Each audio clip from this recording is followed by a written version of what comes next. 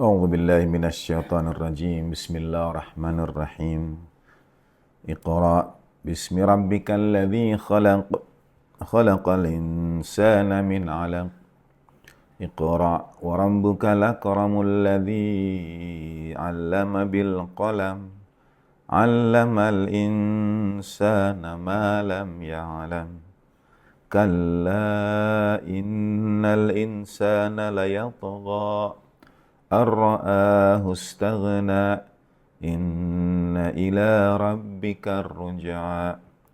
أرأيت الذي ينهى عبدا إذا صلى، أرأيت إن كان على الهدى أو أمر بالتقوى. Sadaqallahul maulana al-aliyul azim wa sadaqa rasuluhun nabiyul karim wa nahnu ala dhalika minasyahidin wa syakirin walhamdulillahi rabbil alamin.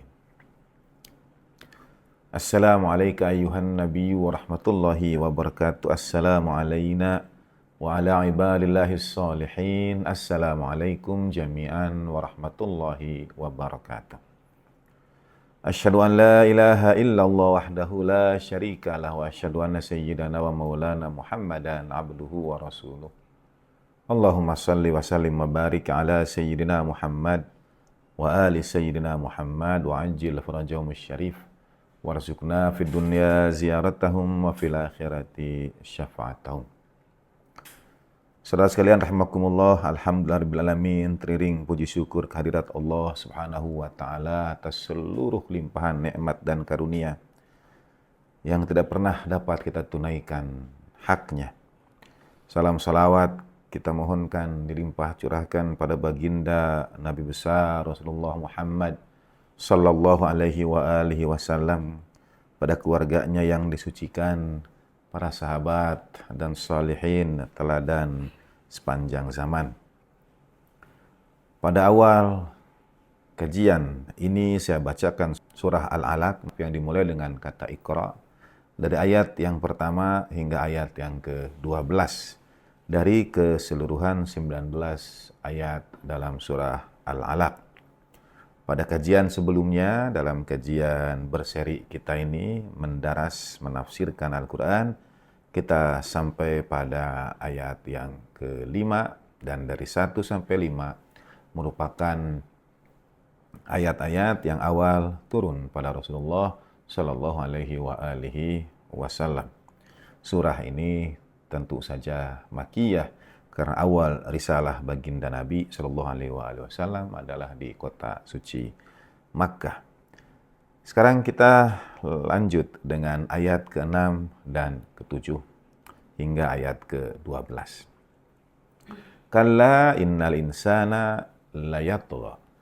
Setelah Allah Subhanahu wa taala memberikan karunia kepada manusia, bagaimana manusia diciptakan, bagaimana proses penciptaan manusia itu, dan bagaimana Allah Ta'ala menurunkan segala karunia warabbukal akram yang membuat manusia menyempurna, yang membuat manusia naik dalam derajat kemuliaan. Semuanya karena karomah, karena maha pemurahan Allah Subhanahu wa Ta'ala yang mengajarkan dengan qalam menuliskan segala sesuatu untuk kehidupan, ketentuan Allah Ta'ala untuk manusia, segala yang indah dikaruniakan, lalu mengajari manusia juga malam ya'lam, apa-apa yang manusia sebelumnya tidak mengetahuinya. Bahasan ayat 1 sampai 5, saudara bisa rujuk kembali pada kajian di playlist tafsir di kanal kita ini. Setelah semua karunia itu, Allah Subhanahu wa taala kemudian kalla, ketahuilah, seakan-akan dia membalikkan keadaan. Tidak demikian, ketahuilah. Dengan satu kata kalla itu seakan-akan dia menegasikan seluruh ayat 1 sampai 5 nikmat karunia yang Allah Ta'ala berikan kepada manusia itu ternyata tidak dirasakan, tidak diketahui, apalagi disyukuri oleh manusia. Justru dengan seluruh limpahan karunia itu, innal insana layatgha. Sesungguhnya manusia itu dia benar-benar melampaui batas. Jadi Allah Ta'ala bercerita tentang, kalau kita analogikan, misalnya ini analogi yang sederhana, Maha Suci Allah Ta'ala dari segala pensifatan. Misalnya ada orang tua mengasihi anaknya, membimbingnya, memberikan segala yang ia punya, menyerahkan apapun, sulit jiwa raga dan sebagainya, diserahkan semuanya. Orang tua memberikan segalanya untuk anaknya. Tapi apa yang terjadi? Anak tidak melihat itu semua sebagai kebaikan orang tua, malah ia menentang orang tuanya. Durhaka pada orang tuanya, melawan, membangkang orang tuanya. Setelah seluruh karunia itu. Kalla innal insana layatgha, kurang lebih, ini analogi yang sederhana sekali lagi. Ayat 1-5 Allah telah memberikan segala karunia, seluruh karunia pada makhluk, pada manusia. Tapi manusia, innal insana layatgha, ia benar-benar berada dalam keadaan yang melampaui batas, membangkang. Dari layatgha ini, misalnya kita mengenal kata toghut, orang-orang yang melampaui batas. Dalam istilah sejarah, toghut itu diperuntukkan bagi yang dilawan oleh para nabi atau yang melawan para nabi. Para nabi kan sebetulnya diperangi. Jadi ketika para nabi berdakwah, mengapa mereka berdakwah? Karena ada orang-orang yang sudah melampaui batas. Batas norma, ajaran, kepatutan, agama, dan sebagainya, keyakinan. Mereka adalah orang-orang, para toghut itu adalah orang-orang yang melanggar batas-batas itu. Misalnya berperilaku bahwa hukum hanya, misalnya ada istilah tajam ke bawah, tumpul ke atas. Ini sebetulnya melampaui batas. Dan para penguasa yang melawan para nabi itu adalah orang-orang yang semisal itu. Dia memperlakukan rakyatnya, bawahannya dengan semena-mena, tapi bagi dirinya sendiri ia menetapkan standar yang berbeda. Ia menjarah, mengambil harta, merampas, berbahasa sekarang mungkin korupsi dan sebagainya, dan hukum seakan-akan tidak berlaku bagi dia. Dia sudah melewati batas. Nah, orang yang melewati batas, saking melewati batasnya, dia disebut dengan toghut. Musuh para nabi, lawan para nabi adalah toghut. Toghut. Raja Namrud, toghut. Raja Fir'aun, toghut.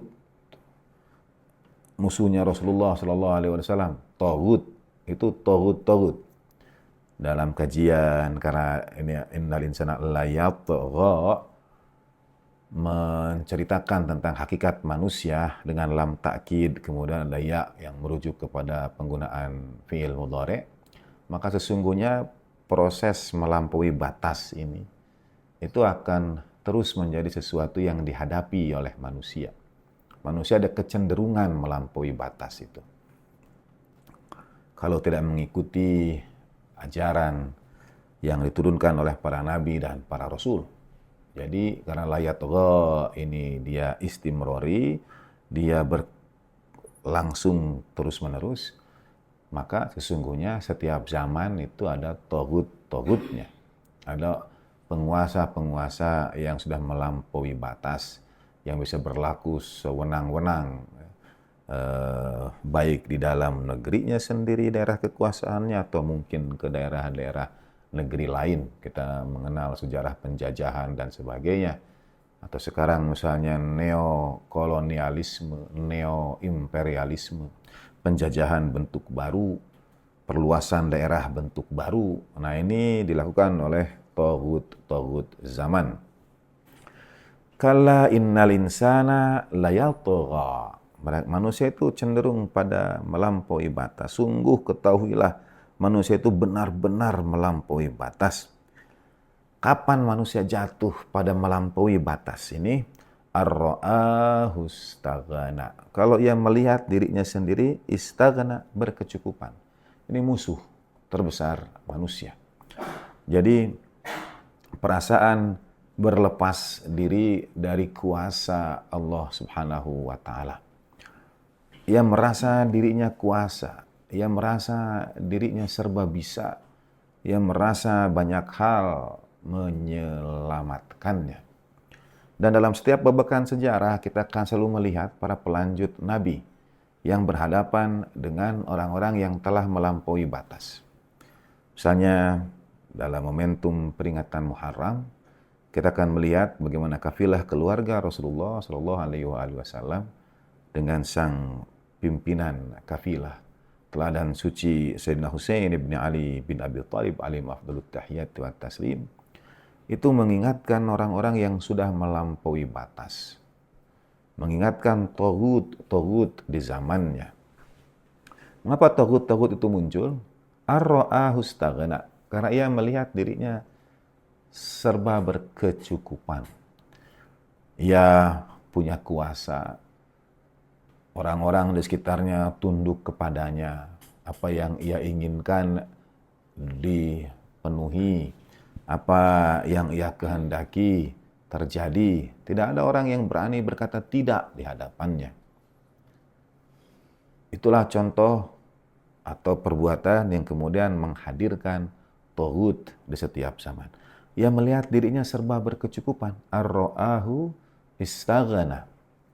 Yang menarik, kata Alamah Tabatabai dalam Al-Mizan, ar-ra'ahu istaghna itu manusia melihat dirinya, yang digunakan itu minar ra'i duna ru'yatil basariyah. Yang melihat dirinya itu dalam bahasa Arab itu untuk kata melihat ada ro'a, ada basara, ada nadhara, ada syahida, misalnya itu semua bisa dimaknai melihat. Nah ini ar-ra'ahu istaghna, dia melihat dirinya itu, ini penglihatan, bukan penglihatan katakanlah yang berlandaskan basirah, bukan penglihatan yang diperoleh karena pencerahan, karena pemahaman terhadap diri. Seakan-akan Al-Quran ingin mengingatkan manusia mengira melihat dirinya itu berkecukupan, padahal sesungguhnya tidak. Sebenarnya tidak demikian, manusia akan selalu membutuhkan, bergantung pada rahmat Allah Subhanahu wa taala. Fuqara kita ini, nahnu al-fuqara, antumul fuqara dalam Al-Qur'an. Kalian orang-orang yang fakir. Orang yang fakir itu orang yang selalu membutuhkan.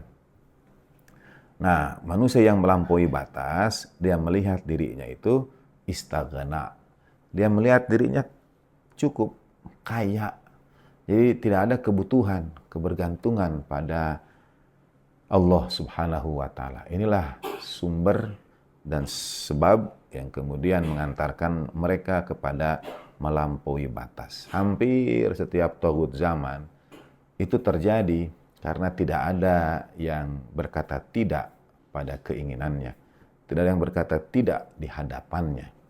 Itulah mengapa kata Dr. Ali Syariati, Islam adalah a religion that starts with no. Islam adalah agama yang diawali dengan kata tidak. La ilaha illallah. Tidak ada Tuhan kecuali Allah. Karena perjalanan para nabi yang kemudian juga satu di antaranya berlanjut pada perjalanan para pelanjut risalah kenabian seperti Sayyidina Husain alaihissalam, adalah berhadapan dengan orang-orang yang selama ini tidak ada yang berkata tidak di hadapan mereka. Jadi mereka merasa semuanya serba dipenuhi, tercukupi, yang mereka inginkan terjadi, dan lain sebagainya. Itu penyebab ia jatuh pada tughyan, pada perbuatan yang melampaui batas. Jadi hati-hati kalau misalnya dalam doa mungkin masih dicari rujukan pastinya, tetapi seingat saya pada Nabi Allah Syuaib alaihi salatu wassalam. Walaupun ini cerita sufi dan sangat perlu dimaknai lebih jauh, karena bisa jadi ada kritik terhadap cerita ini. Jadi satu saat Nabi Syuaib alaihissalam berdoa kehadirat Allah Ta'ala, bermunajat. Tapi kemudian di satu titik dia merasa, Tuhan, ini kurang lebih lah. Hidupku baik-baik saja. Jadi beliau meragukan, dalam tanda petik saya lagi saudara, ini cerita perlu diverifikasi lebih jauh. Tapi ia merasa dirinya tidak diuji oleh Tuhan dengan kesulitan yang menurut dia karena semakin tinggi tingkat keimanan, semakin besar ujian. Jadi justru orang yang soleh itu merasa tidak enak kalau hidupnya dirasa tidak ada ujian yang katakanlah berat dihadapi, yang membuat kebergantungan kepada Allah Subhanahu wa Ta'ala. Nabi Syuaib kemudian bertanya, ini hidup kurang lebih aman-aman saja.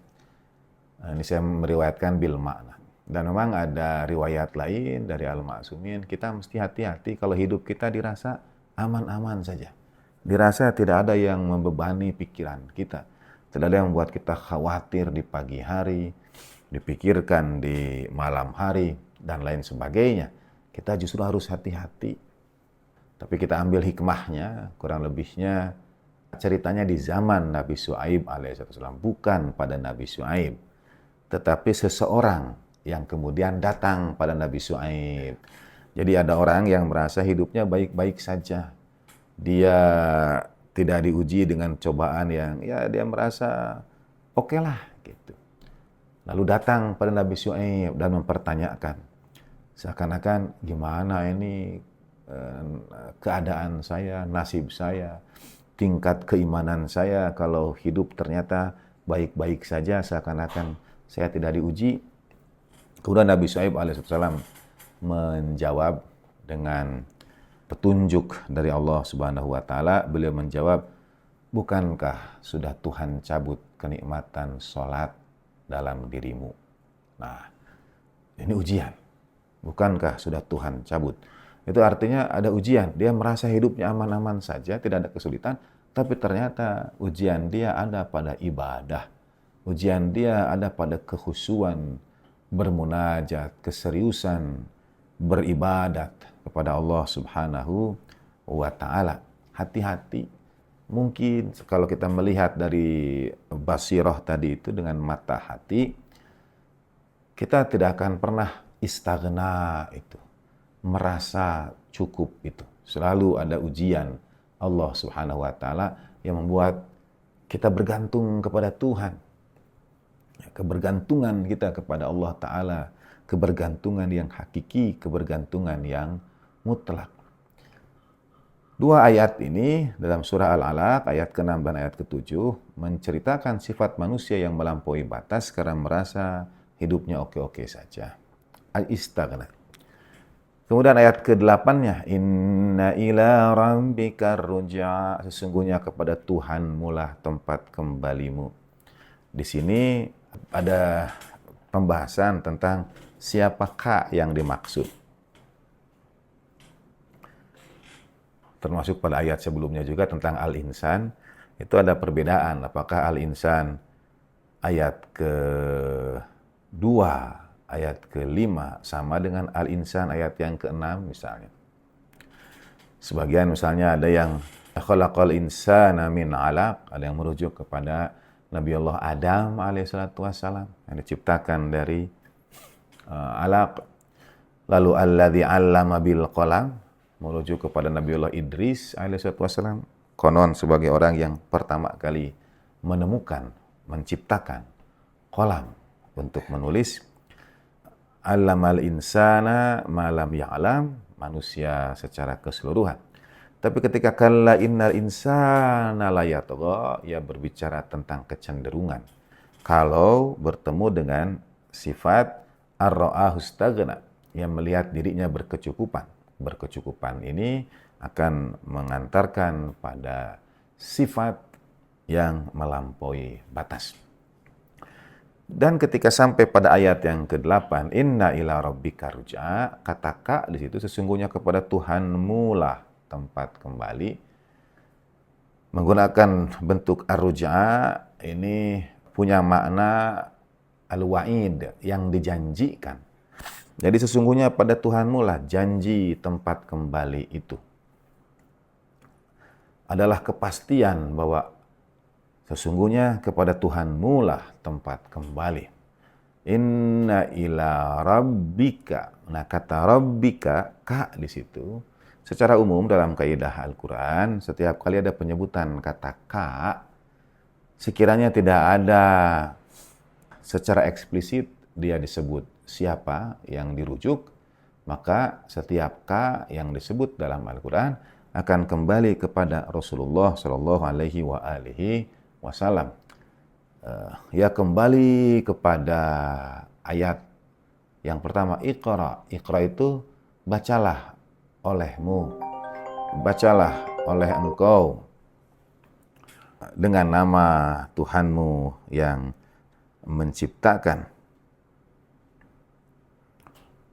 Nah, jadi engkaunya, antaknya itu inna ila rabbika, itu kembali kepada Rasulullah Shallallahu Alaihi Wasallam. Dia kembali kepada Iqra yang pertama. Tapi ada juga misalnya dan sah-sah saja. Inna ila rabbika ruj'a, sesungguhnya kepada Tuhanmu lah. Tuhanmu kembali semuanya kepada Allah Subhanahu wa taala.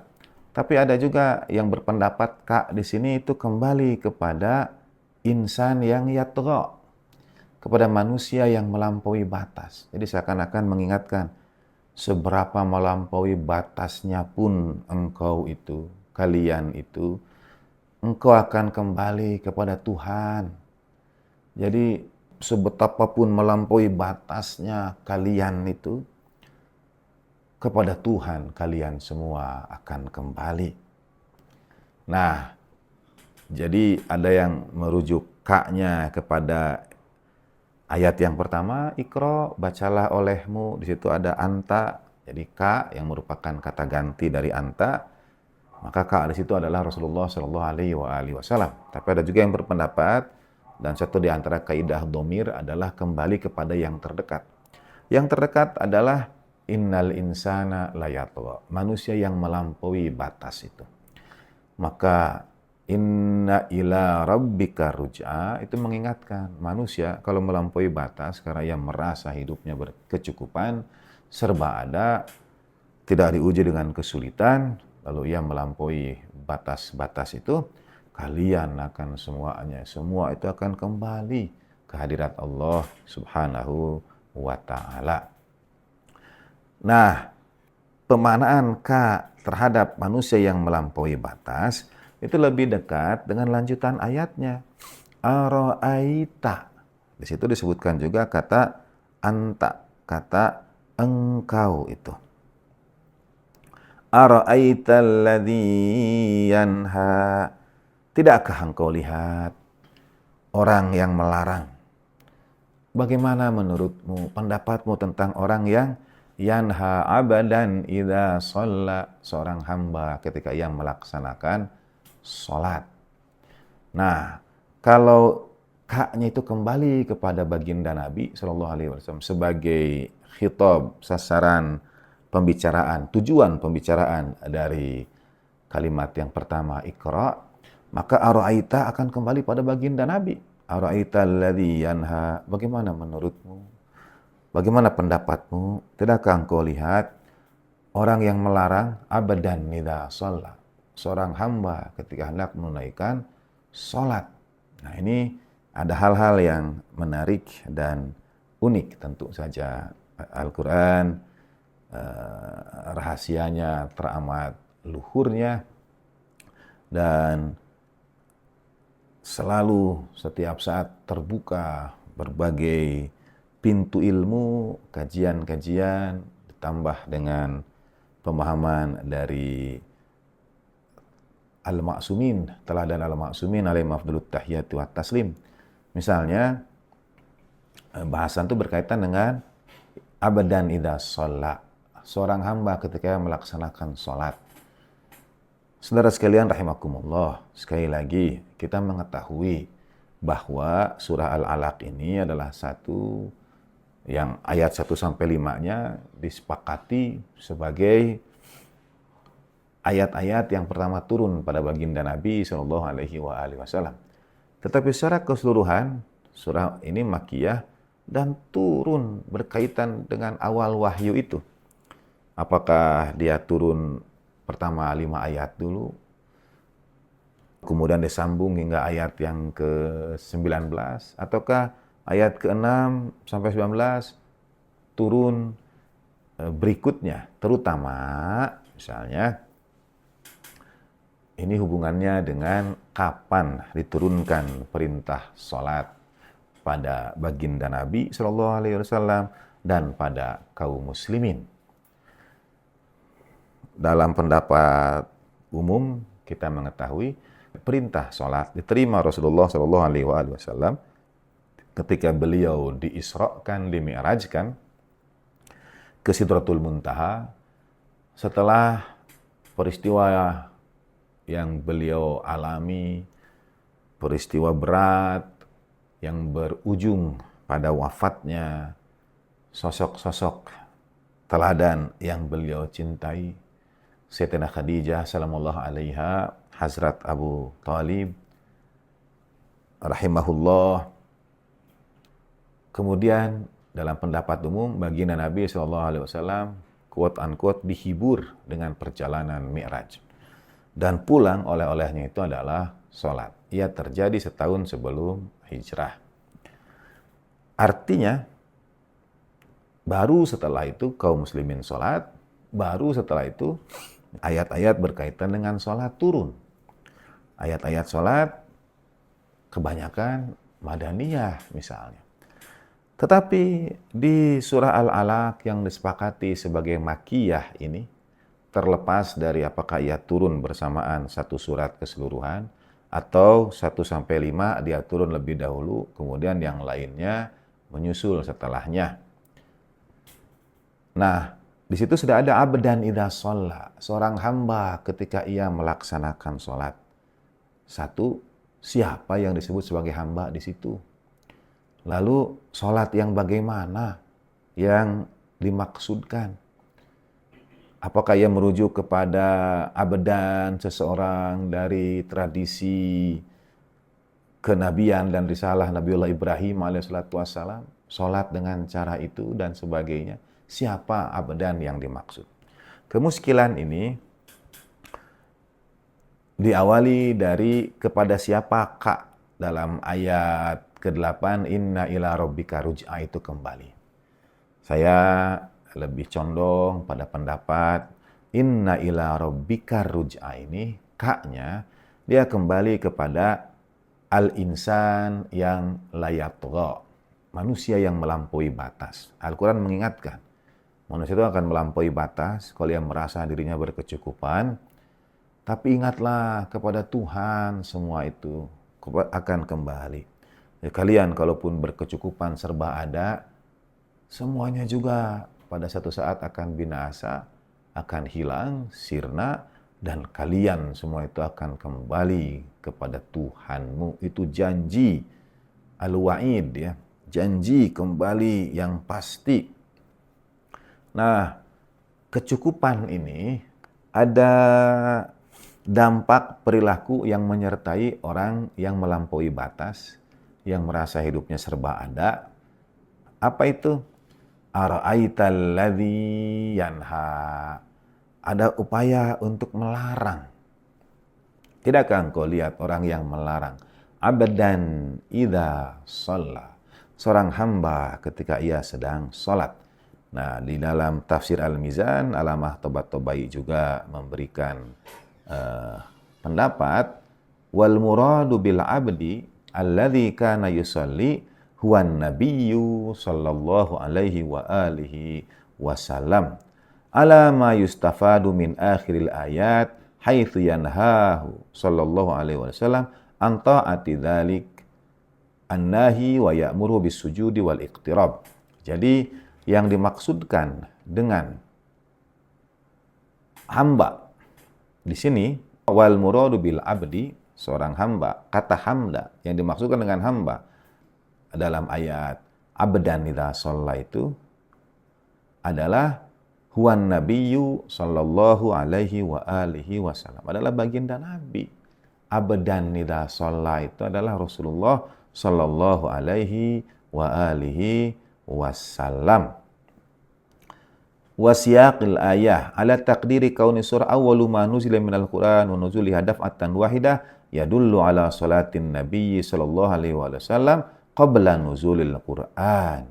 Yang menarik menurut Alamah Tobat-Tobai, karena ini surah Al-Alaq ini surah awwalu ma nuzila minal Qur'an, ayat dan surah yang pertama turun dari Al-Qur'an, dan ia mengisahkan, ia dulu menjadi dalil ala salatin nabiyyi sallallahu alaihi wasallam, menjadi dalil terhadap salatnya Rasulullah sallallahu alaihi wasallam qabla nuzulil Qur'an, bahkan sebelum turunnya Al-Qur'an.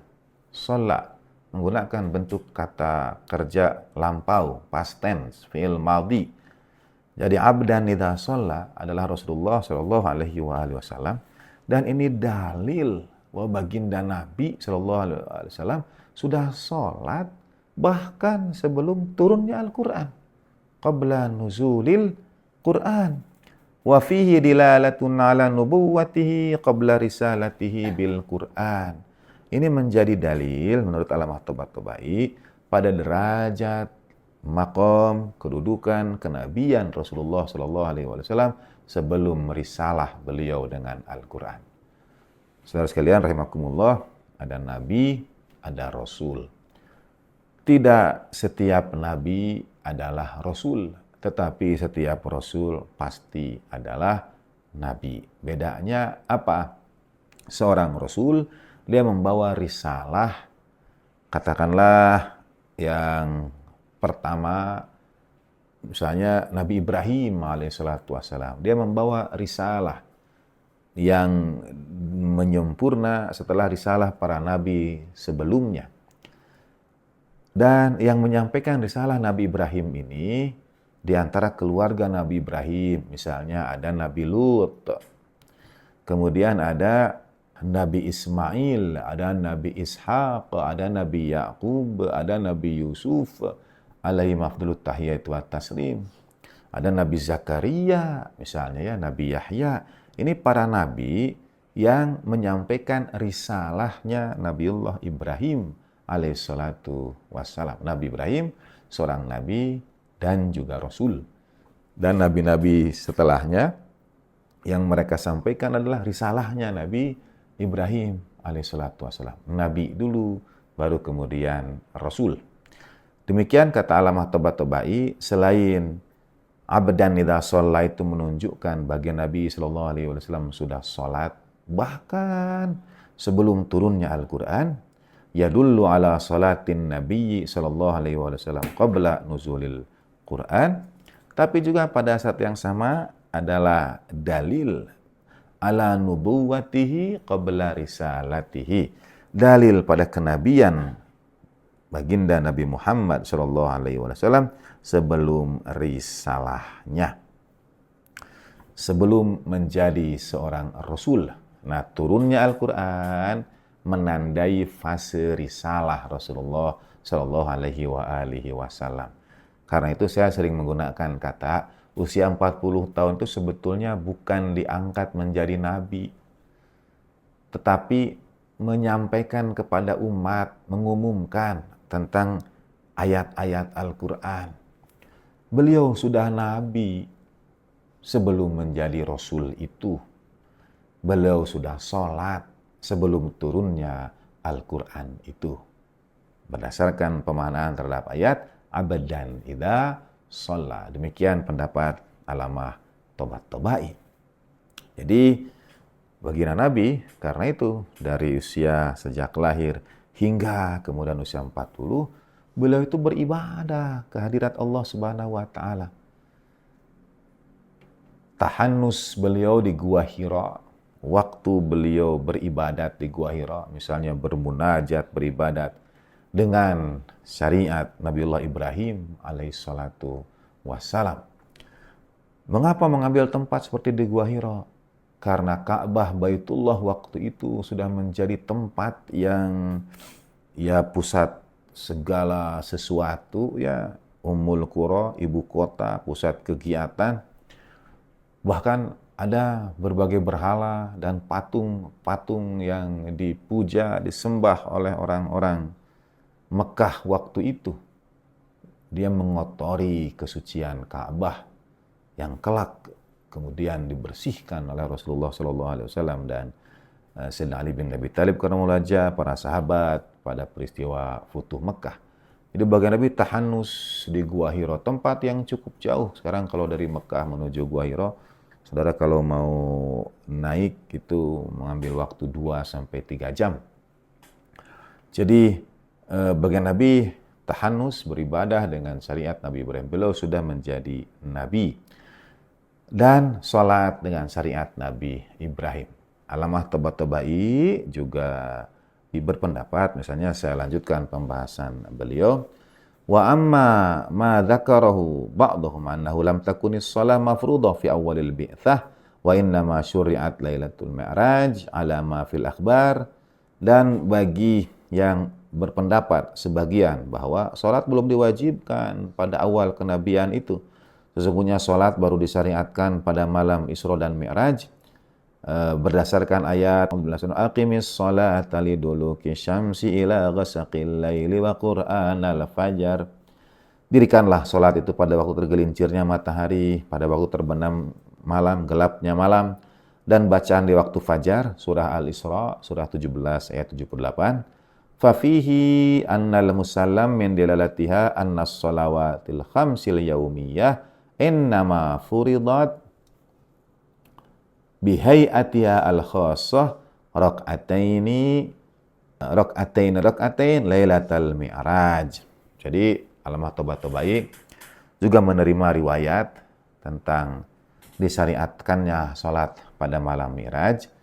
Ayat itu yang terjadi pada peristiwa Mi'raj ini, dirikanlah salat, karena itu ayatnya di surah Al-Isra, pada waktu tergelincir matahari, gelapnya malam, dan bacaan di waktu fajar, merujuk kepada solat-solat kita yang harian, solat-solat kita yang 5, bihayatiha al-khassah, dengan bentuknya yang khusus, bahwa solat subuh 2 rakaat, solat maghrib 3, zuhur, asar, isya 4, itu memang menurut pendapat beliau pada malam Isra dan Mi'raj itu.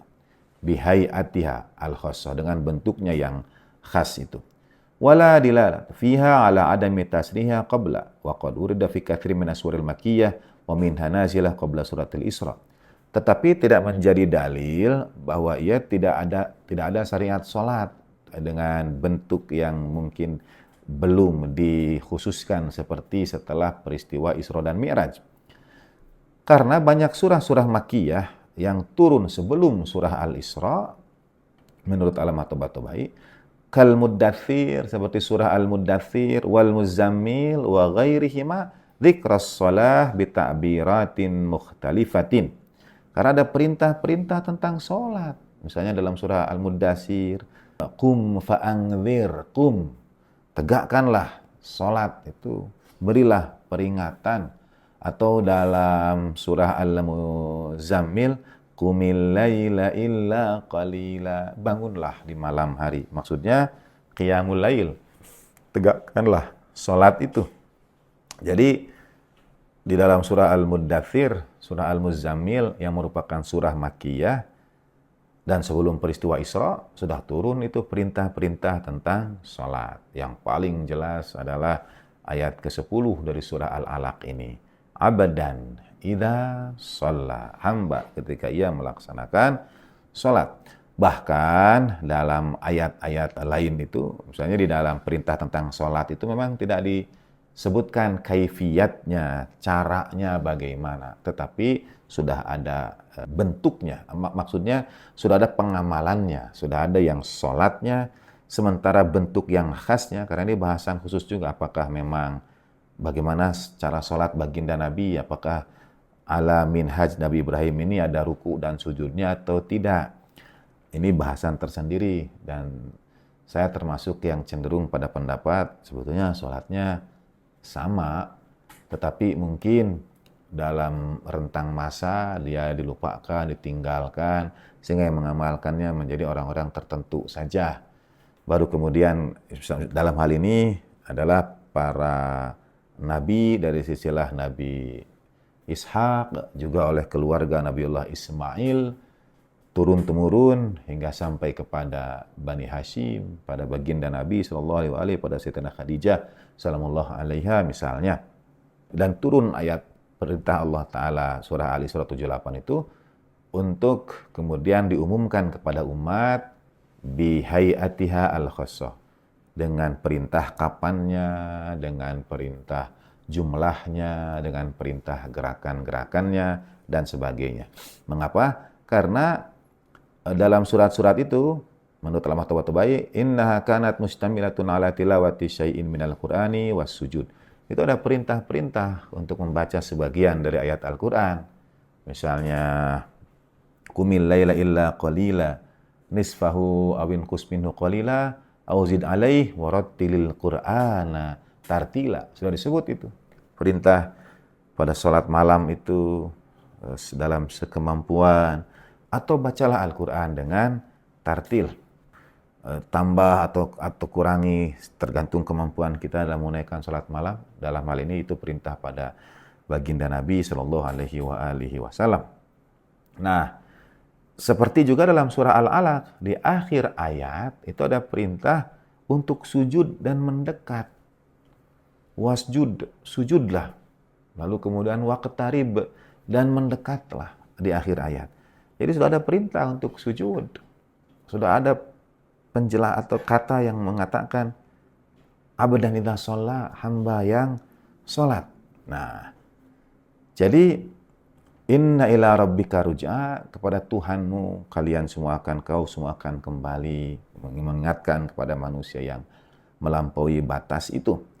Tidakkah engkau lihat orang yang melarang orang lain, yang melarang abadan hamba idza shalla, ketika ia sholat.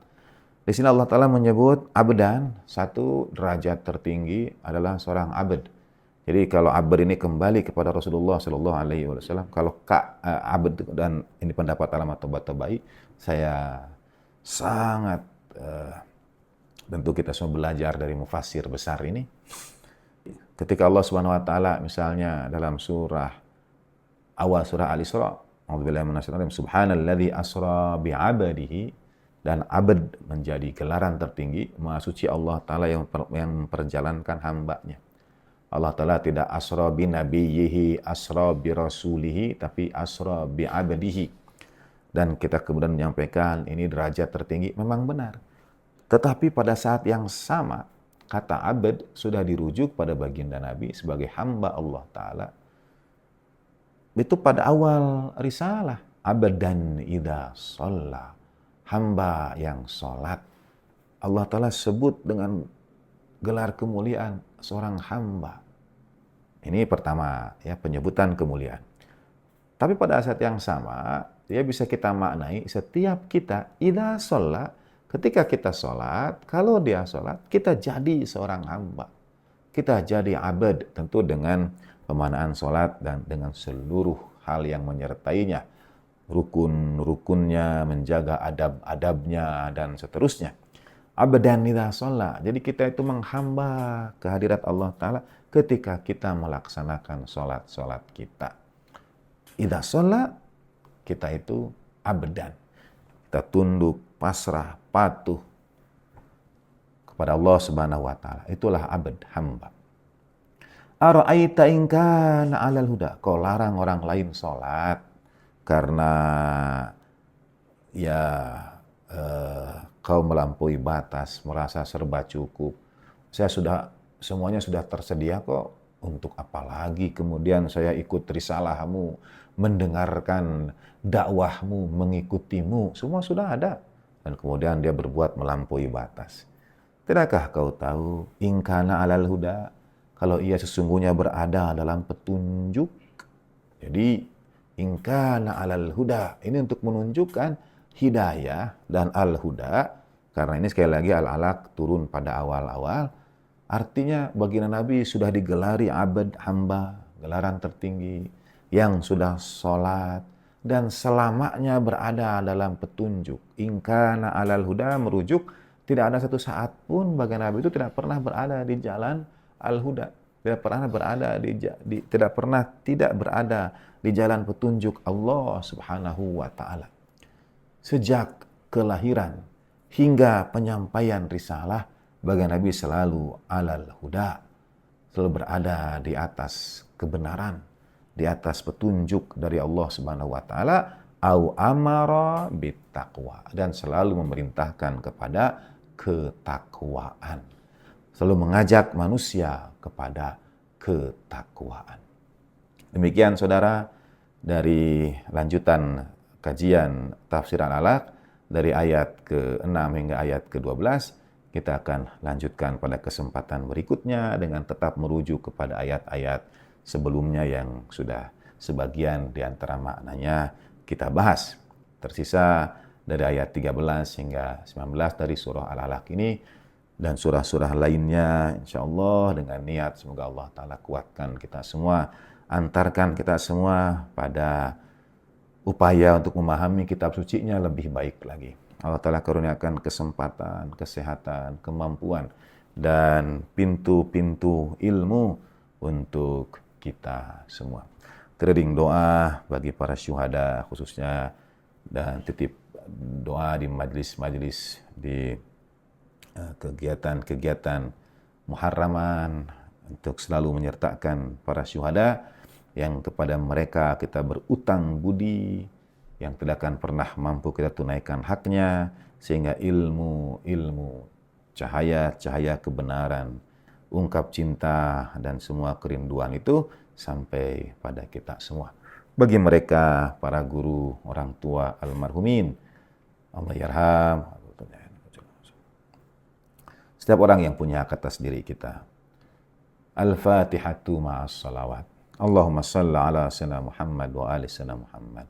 Allahumma salli ala sayyidina Muhammad wa ali sayyidina Muhammad. Allahumma salli ala sayyidina Muhammad wa ali sayyidina Muhammad wa ajil farajahum syarif. Warzuqna fid dunya ziyaratahum wa fil akhirati syawatan. A'udzu billahi minasyaitonir rajim. Bismillahirrahmanirrahim. Alhamdulillah rabbil alamin, arrahmanir rahim, malik yaumiddin, iyyaka na'budu wa iyyaka nasta'in. Ihdinas siratal mustaqim, siratal ladzina an'amta 'alaihim, ghairil maghdubi 'alaihim waladdallin. Mohon dimaafkan segala kekurangan. Terima kasih atas perhatian saudara, dan terima kasih atas perkhidmatan kawan-kawan kru. Rahimallahu walidaykum wa katharallahu min amthalikum wa sallallahu ala sayyidina Muhammadin wa alihi tahirin walhamdulillahirabbil alamin wa lafu minkum wa ma taufiqi illa billah alaihi tawakkaltu wa ilaihi unib. Assalamualaikum warahmatullahi wabarakatuh.